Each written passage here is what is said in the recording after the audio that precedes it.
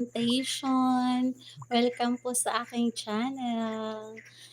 Hello po sa lahat ng naririyan. Hello po sa lahat ng mga dadaan at manonood ng aking live presentation. So, araw po ngayon ng Miyerkules.